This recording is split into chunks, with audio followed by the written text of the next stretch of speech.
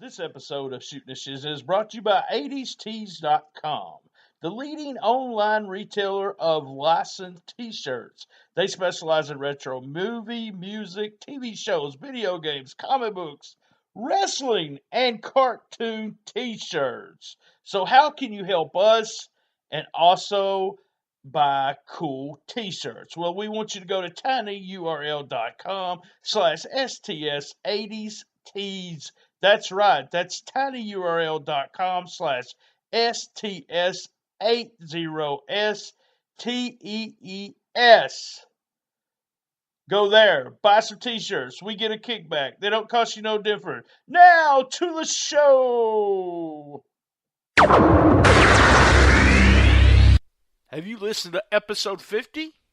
Hey, it's much like the roundtable format that we did on this episode. Go to stspod.club for all the archives, and that was episode 50. Here's a clip. Listen to the clip. Listen to the show. Hanging out with you in the green room, and I said, stop, we'll talk about this. That'll be the first subject. So, Lance, bring it up, and I noticed it, too, so go ahead and bring it up. Of late, within the last, I'd say 2 weeks, probably since the Mae Young stuff started airing and people started paying attention to it, I've noticed a lot of groundswell of support for this Viper girl. And I had seen her in Shimmer about 2 years ago, and I thought she was okay. She was all right. I mean, she played the role of the beast, you know, the large and especially foreign menace on top of it. But she could actually move. For a big girl, she could move. And so of the last week or so, there's been this huge groundswell of support amongst the IWC, shall we say, for her. And, you know, she's beautiful, and yeah, I would do her, and all. I mean, you name it, it runs the gamut of comments, you know, and some other guys are just saying, oh, she's a good wrestler, she's fun to watch in the ring, and she can do a lot of stuff. And all I can think about is the comparison between her and Nia Jax. And I think there's like one, and nobody, you know, there's very few people that are defending Nia Jax on any level. But here and there, you'll get the looks defenses on Nia Jax. But the thing that really fascinates me is it's like black and white. You love Viper, but it's perfectly okay to hate Nia Jax. And I was about to tell you guys, I think there's one very specific reason why people feel differently. It's the fact that Viper can actually fucking wrestle. And Nia Jax. Oh, I thought it was going to be a racist thing. He was going to say because Viper's white. No, I just think that, I'm hearing a lot of people, talking about how beautiful Viper is. 5, 4, 3, 2, 1, 0. Let's start the party. STS Studios, that's right, live. STS Studios in St. Louis, Missouri. A few things we got to get before we get to the episode. I actually forgot the secret word on episode 2. So you have to, episode 2 to December, if you listen to all 5 episodes and DM me or inbox me on Facebook, you will win a prize. We have lunch boxes, t-shirts, stickers. We have a little bit of everything.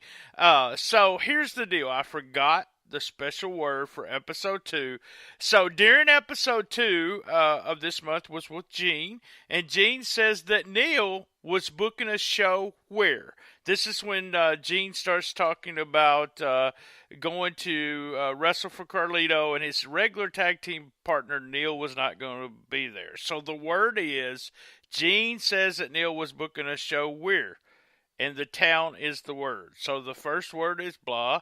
Second word is Gene says that Neil was working a show where. And the third word is on this episode. A big thank you to Bob McGee, who will be here Tuesday. He's Pro Wrestling's Between the Sheets. Locals to legends. Hey, we're talking about Gene Jackson. Thank you, Gene. Gene, for all the support. Just remember that a Cool Kids Countdown. We had our last one for the year. It'll return actually on Tuesday of the first Tuesday of January. We're doing 2 Cool Kids Countdown the first week of January. No shows after Bob McGee and Who Wants to Be the Best Shiznit finals this month. Only 2 more shows after this one. You can go to tinyurl.com/STSPodmerch. We have T-shirts, we have stickers, we have hoodies, we have a little bit of everything. PayPal.com, that's Brian_Trammell at Yahoo.com. Thank you, everyone who does the monthly support. Always follow us at Comic Book Mark BT. Guys, we got a Facebook page, too. It's Cool Kids Wrestling MMA Talk Facebook group. You can join that. But we also have the Shooting the Shiznit Facebook group. I post all the new episodes, and I also will be posting the schedule for December. And also the schedule. We're almost fully booked for January already. I'm really excited. You can listen to us on SoundCloud, iTunes, Stitcher, Player FM, Pod Paradise, Spreaker. Thank you to Suplex City Limits, Creative Control, Who's Right Podcast, and Wide Men Can't Jump. All right, guys. Oh, wait. Before we go, I want to apologize. We actually advertised JoJo Feeney and the late Brain Lass. Neither one of the guys showed. JoJo got really busy. And then we had Brian Thompson join us, and the late Brain Lass did text me during the show. I didn't mention it during the show, but he's working on his podcast, and he's trying to get some chair creaks out of something they recorded. So with some wrestling superstar from 1973. So, hey, let's get on with the show.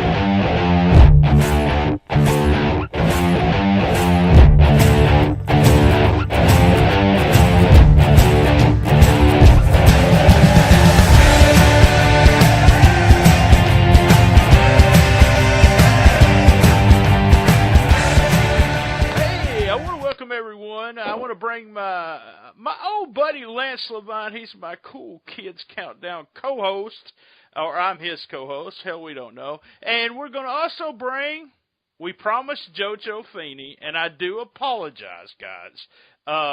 And here's what, I'm going to go ahead and tell everyone what actually happened. We recorded recorded this podcast 24 hours ago, and when it was done, this is the first time, too, this has happened since I started podcasting, it recorded 8 minutes of it. So, JoJo's not here, so filling in for JoJo is my old buddy, Brian Thompson. What's up, guys? It's a pleasure to be on with BT number one, because he's the ultimate fill-in. He is the guest host extraordinaire. Let me just preface this by telling everybody I hope this is not some kind of rib and you're going to cut me off in 30 seconds for somebody else. They called back in. We're out of time. We're out of time. Yeah, exactly. Yeah, for those of you that are listening that don't get that joke, you'll have to go back in the archives and listen to it earlier in the podcasting world of Brian Trammell, whatever this current gimmick he is running.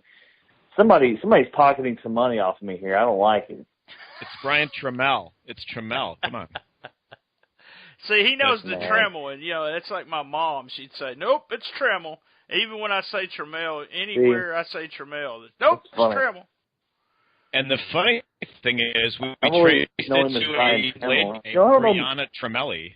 Remember that? Yep. There's a Brianna Tramelli. We think it's the same thing. We think it's Brian in drag. Unreal. Well, hey, who knows what restroom he needs to use, but anyway, be that as it may. Don't ask, don't tell. Exactly. So, Brian, DT, our first original meeting, or one of our first conversations, and I don't know, it's been a long time since we told this story, so I figure, we've got some podcast minutes to kill. So the first time I met Mr. Trammell via telephone, I mentioned, he was doing the Coach BT gimmick, which was a knockoff or whatever, an ode to the coach, John Tolos. And so when I actually knew who John Tolos was, he popped for that. So that was kind of the start of our wonderful friendship that continues to this day. And what restaurant did we met in a real fancy restaurant and had our first meeting, too, right before a independent show. Yeah, I don't remember that part. You don't remember that? It had to be Golden Corral. I don't remember. It had to be. It was Arby's. Oh. Was it? Yeah, no, we did meet at Arby's, and was it Dyersburg? It was. We met in Tennessee, Dyersburg, maybe? and you did announcing. Were you? Did I bring you out and you were my announcer or something? Was that the gimmick? Well, when we were putting the belt on Billy Dale. Yeah. No, you know, gosh, I came really in and think announced I a few. brought you into We Gibson. turned. Yeah, I think I brought you into Gibson Yeah. that week and said that I was going to have you announce all my matches or something. It was the very first time. I turned heel. Yeah. I was doing commentary with some Jimmy guy, and I somehow ended up turning heel and giving you a chair, and you started laying people in, and then the 25 people in attendance ran us out of the building. How were his chair shots? Were they pretty laid in, or what? Did he get some color? You know, the sad thing is, I'm realizing how I'm getting old. I don't remember stuff as much as I used to. People will now it's like, hey, you remember that time you were in this town? No. I don't remember this conversation's already missed. Now I hope it records. Well, you can always listen to it on stspod.club. Y'all remember that? Hey, Brian, we talked about some things. I messaged you, and we actually was going to come on and talk about 2017. And I am going to talk about 2017, some things that's happened. But we had an interesting story, a couple of interesting stories in the last couple of weeks. First, we had the Angel thing with Mick Foley, which didn't really bother Mick Foley at all. There's a lot behind that, and I don't want to speak about that. Here's what I want to talk about. We got something going on this week that just came out. Michael Elgin, who, let me just first say up front, any business dealings I've had with Michael in the sense of buying tickets, anything, going to his shows, just a true gentleman. Shake his hand. He's a great guy. For me. Now, there's some stuff going on with one of his students. He actually sold Glory Pro, and over some sexual accuse, I guess, allegations. Yeah, I guess that's it, because she never, here's what happened. The victim never went to the police, and so the police didn't know this was happening. She went to Michael, who was the head of Glory Pro. But the funny thing, and I don't want to make a lot of the situation, if this girl was, buck naked, and she said no, she was raped, and they should cut that guy's balls off. That's just my opinion. But here's the deal. She revealed some text messages yesterday, or the day before, that was just, I don't know. Out there. Just really out there. Yeah, and he was communicating with her, a fan, in what, you could see a lot of communications between him and some other people on Twitter. They had called her a rat, a whore, whatever. And then he was having, which seemed like just personal conversations with her. And the funny thing is, she mentioned it was a joke to him. How does Jeff Cobb smell? By the way, you can listen to Gene Jackson this last Tuesday about how wrestlers smell which was hilarious to me, because there's no way she listened to my podcast and did that. Why is this a thing? Why is wrestler smell a thing? I don't know. It is just a thing to me. And then all of a sudden, no, here's the funny thing. I've been using the wrong gimmick. Yeah, Elgin actually talked about Jeff Cobb, who is his tag team partner, in New Japan, and talked like he was not enjoying him as a tag team partner. He wasn't a very good wrestler. He was mad because he was hanging out with the War Machines. It was just a weird conversation. So what was your thoughts, Lance, on it? So many different thoughts. I mean, first off, why didn't she go to the police? If this allegedly happened in March, like you said, granted, if it was rape, absolutely, guy is guilty, guy should be paying the price for it. But if it did indeed, if the incident happened, why are we having this conversation now? Why has she not gone to the police? Why did she go to Elgin? It's such a bizarre mindset that if it happened, or whatever the incident was, why would she go to the boss of the guy rather than just go to the police. And he's saying in some of these texts, you know, we don't know how much of this is truth, but he's saying he did recommend that she go to the police. He told her to go to the police. But yet here it is, you know, 4, 5, 6 months later, he's having all these silly, weird conversations with this same chick about how does Jeff Cobb smell, and, you know, the various booking complaints that he had about working with Cobb and so on. It's just really bizarre. Like I've been saying all along, you know, if some of the wrestling sexual scandals come out, it's going to make Hollywood look like Romper Room, you know, these Hollywood scandals. So the whole thing is just really bizarre to me that, you know, whatever her status was, if she was I don't think she was a prim and proper schoolgirl attending the shows. You know, there's definitely some gray area there. But just the whole story is just really bizarre, and it's too bad. Like you said, I've met Elgin on a couple of occasions. He's always been an upstanding guy with me. You know, and I was thinking about it today. We always want our heroes to be perfect, you know. Mickey Mantle was a drunk. And, you know, there's all these different, you know, sports heroes. Tom Brady is a cheater. Whatever the situations are, we always want our heroes to be perfect. And we have to realize they're not, you know. Elgin was in a tough spot. You know, he was presented he said, she said as part of his company. So the guy was kind of in a no-win situation. So the whole thing, I mean, once we get some more facts out of it, it'll be really interesting to see how it all plays out. What was your thoughts, Brian, in reading about everything? Because you've been around the business and doing things, and you know how some things are treated differently inside the business than outside. What was your thoughts when you've seen everything? Don't trust anybody. You know, I hate social media in the sense that you can't really have a conversation, or, you know, and I imagine that probably some of his conversation on the whole, what does Cobb smell like, stems from, he probably was just in he might have caught the dude and when I say the dude, I'm talking about Elgin, at a bad time, or just, you know, he just needed a vent, and then there was a source to vent to, but let's keep these messages, you know, and then use them against you. You know, but then if you don't talk to fans, you're rude, and now I'm not going to come to your show. I mean, it's just it's a different world, man. I mean, you can't draw real heat anymore. So now it's like a whole different, you know, genre of what you can do and say, and what gets taken out of context and, you know, bizarrely moved around or whatever. I think it's a tough spot as far as the allegations go. At what point do you know, if you ended up, if you did one, the next thing you know, oh, well, he looked at me, so he gave me a certain look. Was that some sort of, you know, sexual harassment or whatever?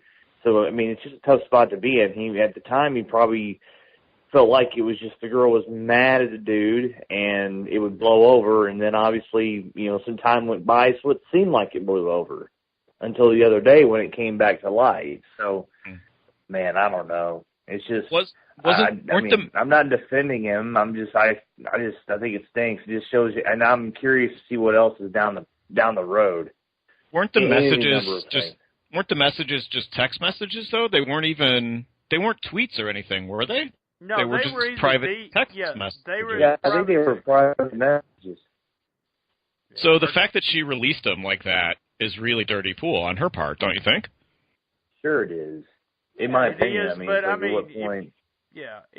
Here's my deal, and this is the way I feel about it, in the sense, is that, let me say, a lesson can be learned here. Let me tell you. I'm not, you know, and we don't know whether she may go, you can go online and you can make up fake text messages, and I could put, you know, that Thompson was sending me love messages if I wanted to. But well, I mean, I do, but you do. But something's true about all this, or we wouldn't have shut down. You know what I'm saying? There's some true stuff about this. But here's a lesson to be learned: promoters, workers, people listening to this show. We do have people in the business that listen to it. You got to draw. I think you have to draw that line. You have to say, look, the audience is. The wrestlers need to stay away from the audience in the sense that we don't sleep around with the rats. I know that's a big deal, always has been. And we sell tickets, and we talk about tickets, and we talk about selling them a T-shirt or something like that, and we don't have personal conversations with just people that come to the matches. And that's just, to me, and this happened, and I don't know, Brian probably knows all the guys involved, but one time in Ripley, some girl who was like 14 or 15 years old had sent nude pictures to about 4 or 5 guys. They were freaking out. They were like, "Man, she's texting us messages, and we got nude pictures on our phone, like we got child pornography," which is that does happen. So, but then you have that guy, and one of the bunch ended up going to jail because he had child pornography everywhere and was sleeping with. But there is that one guy in the bunch that will keep them. But it's it's hard. The business is so much different inside, and what happens that nothing's being revealed in these little bitty promotions. But that's why I think Glory Pro brought all these big names in and have so many people outside of the St. Louis area. Drawing 600 people. There's a different standard there. The guy Sean Orleans actually was let go before all this happened too, I think. So there's still some stuff that we'll probably learn. Let's get off let's take a quick commercial, and we'll be right back.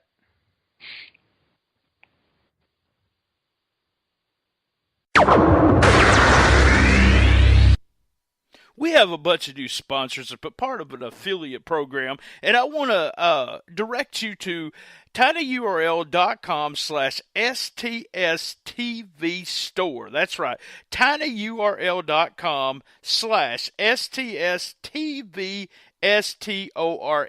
Hit that. You get that link, you go to this store, that's TV store, and we get a kickback. Some cool wrestling stuff, kind of over-the-top stuff. You can get boots, you can get a Ric Flair robe, you can get a classic Stone Cold shirt. There's all kinds of fun stuff. Not only that, they have ugly sweaters, they have Teenage Mutant Ninja Turtles, Bruce Lee, kind of, if you wanted some odd stuff, I love this website. Not only are they helping us, I like the website, so that helps out a lot. Guys, go to that link. If you buy anything, we get a kickback, and it actually helps the podcast. So go to, that's tinyurl/STSTV store.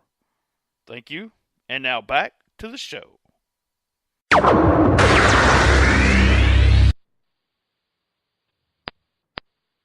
All right, we're back. I got Brian Thompson and Lance Levine sitting in here with me.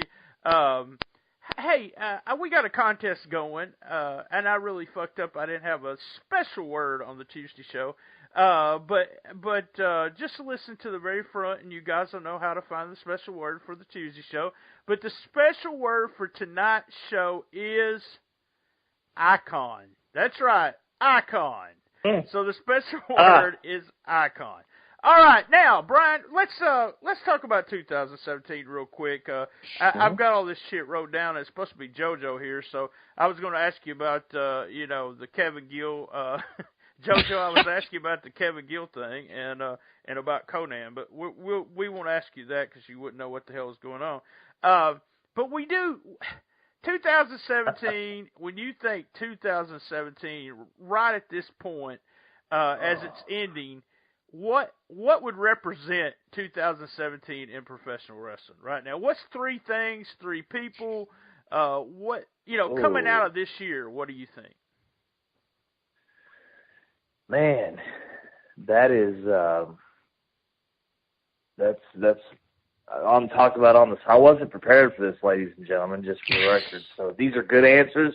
I pulled it off the fly. Well, I mean, of course, I always think from a promoter standpoint. So, on paper, it was the biggest financial year in WWE history. So it's how does a company, in theory, be less popular yet continue to make more money? So it just shows that they have, of course, expanded the network. So I would say just the the continuous spread of the gap from WWE to everybody else, in the sense that they are so far and away ahead. And I had a conversation offline with Brian a couple of days ago about some of the streaming numbers that are out there. And obviously, tell those streaming numbers while we're in the middle of this conversation. So, go ahead and tell that. Sure. Based off an interview I was listening to with a high spots guy, there was talk of how WWE, of course, has its 1.3 or 4 million subscribers. The next level is New Japan World with like 60,000. Now, when you do the math, 60,000 subscribers, I believe, is like $7 or $8 million. So that's still a good amount of money. Don't get me wrong, but I mean, just look at the gap there. And then the next level, based on, I think, understanding some of the proceedings in the Flow Slam lawsuit with Evolve, the next level is around that 2,000 mark. So 2,000 to 60,000 to the 1.4 million. So it just shows you, while we all get excited about some of the things we see, some of the houses picking up around the business, there's still a ginormous gap from top to bottom. And so I would say 2017, WWE continues to evolve their business model and stay on top with it. And obviously, you've noticed they've started doing the big 4 pay-per-views, and they end up going into the same city like 4 nights in a row with an NXT followed by a pay-per-view, a Raw, and a SmackDown. And so if you start crunching those numbers, the mass amount of business they'll do 4 or 5 times a year in those 4 or 5 different markets is astronomical. Is that 60,000 US on New Japan? I don't know. I don't know if that's the entire service or just domestic. Yeah, it's got to be, because I don't know. In Japan, there's got to be a lot more, I would think. So you would think, but I mean, who knows? Yeah. But the second thing would be how you're seeing more guys being able to make legitimate livings on the independent circuit and the Ring of Honor, and the way like Cody Rhodes and the Young Bucks have been able to do what they've done. And so that's another story on a much smaller scale, but shows that there is somewhat of another layer of profitability for the talent, just not as many of them as there were back in the day when you had territories, or even when there was WCW, ECW, Smoky Mountain, USWA, things like that. So, that's another positive sign on a smaller scale. And I would say the third is going to be some of this social media stuff, and how social media has become so prevalent in the wrestling business, and what it can do for you positively as far as spreading the word about your organization, or negatively is what we've been talking about with the Elgin situation and the Angel videos and all that kind of crap. So there's my 3. I don't know how those flesh out, but I mean, again, those are more from a business perspective. I don't know if you're looking for a certain match like Roman Reigns or the Shield reunited or something like that. But as far as I'll look at it from more of a business perspective, and those are kind of my 3 things. As far as you're talking about the social media, the negative aspect of the social media, like the Foley thing and the Elgin thing now, we've been talking about this before.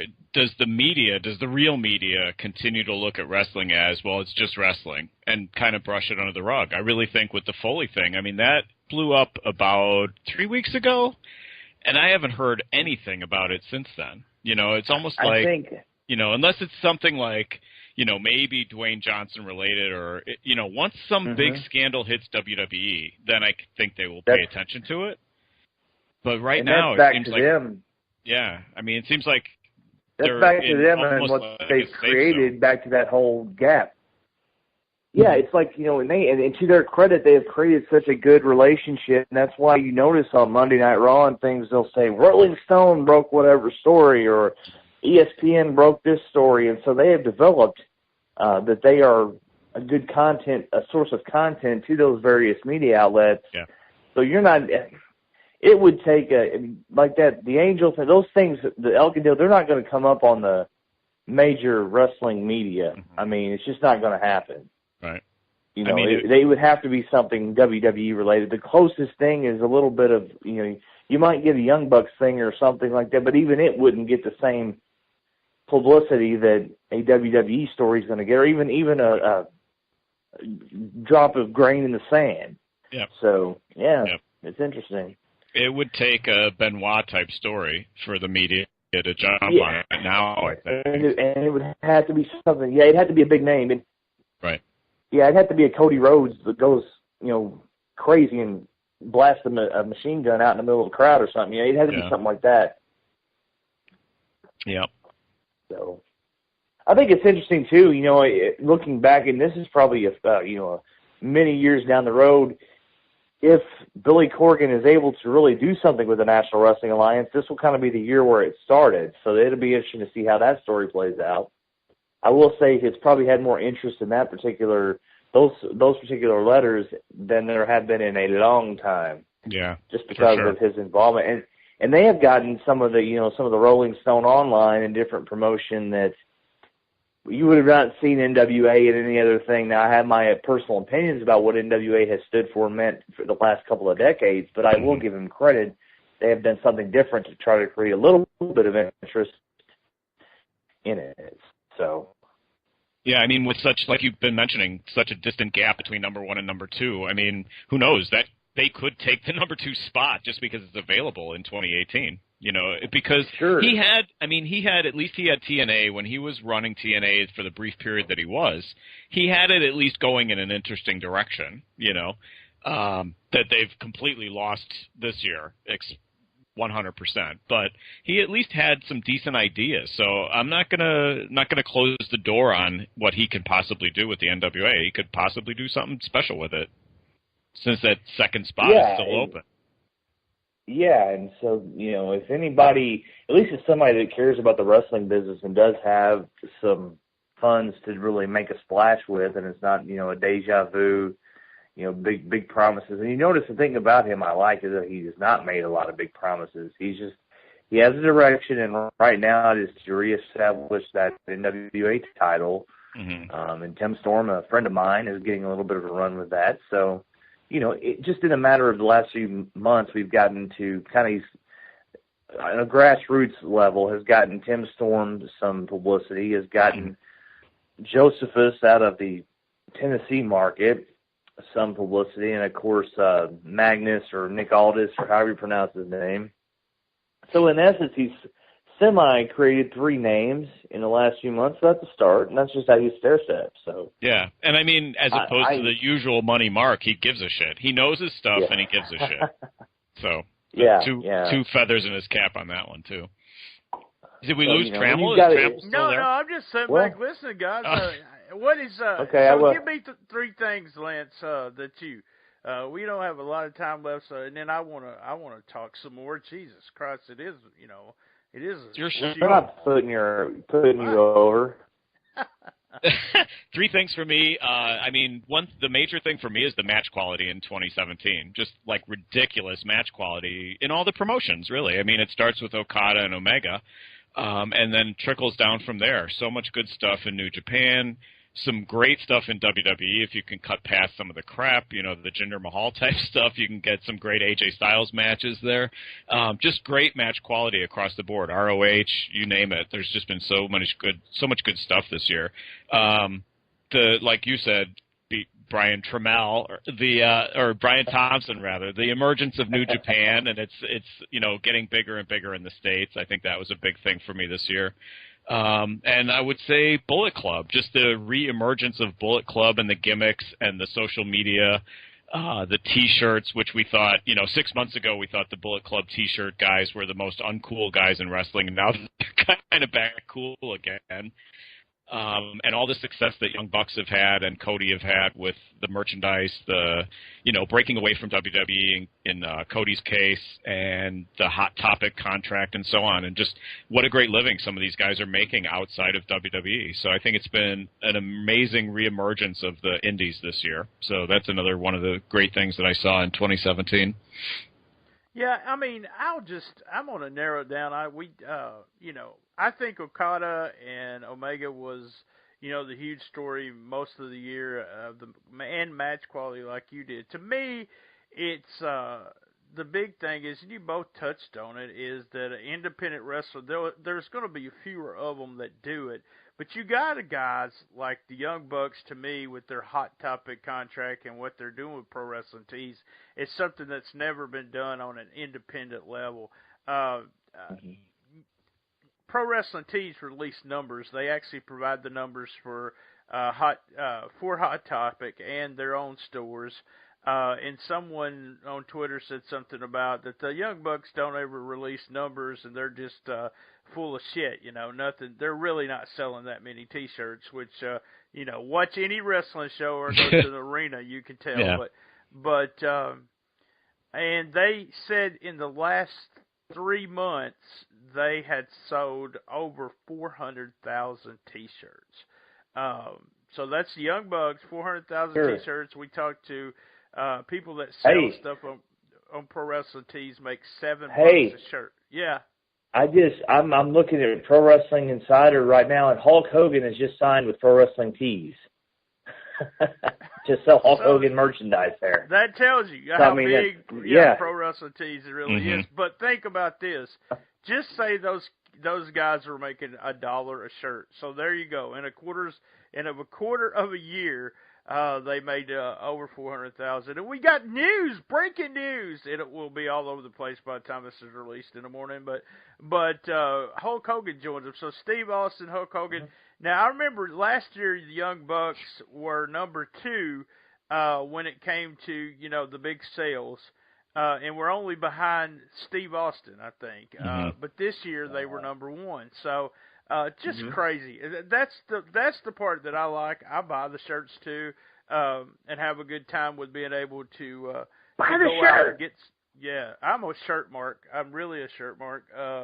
I got band shirts. I got comic book shirts. I got you name it. Well, they opened a store too, an actual brick and mortar store in Chicago. So if that doesn't say how they're moving ahead, I mean that's actually the flip. Usually it's the brick and mortar closed down, they just had the warehouse and they're doing the other way. So they've gone the opposite direction. So that's a good sign too. Yeah, and it was just in this week's Observer that I think it was for the Black Friday weekend sales, they were Bullet Club related shirts were numbers 1 through 10 on the top 10 of their sales for Pro Wrestling Tees, and Austin was number 11. So it just blows my mind that they had 10 different shirts on the top 10.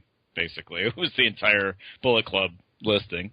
Well, they had Rick and Morty beating them all the time in Hot Topic till probably about 3 weeks from now, and then they say that the Bullet Club sells more shirts. Yeah. Hey, let's quit talking about wrestling. Let's go do whatever you want, because remember, we're only, the best little wrestling podcast in the business. Join us. Same bat time, same bat channel.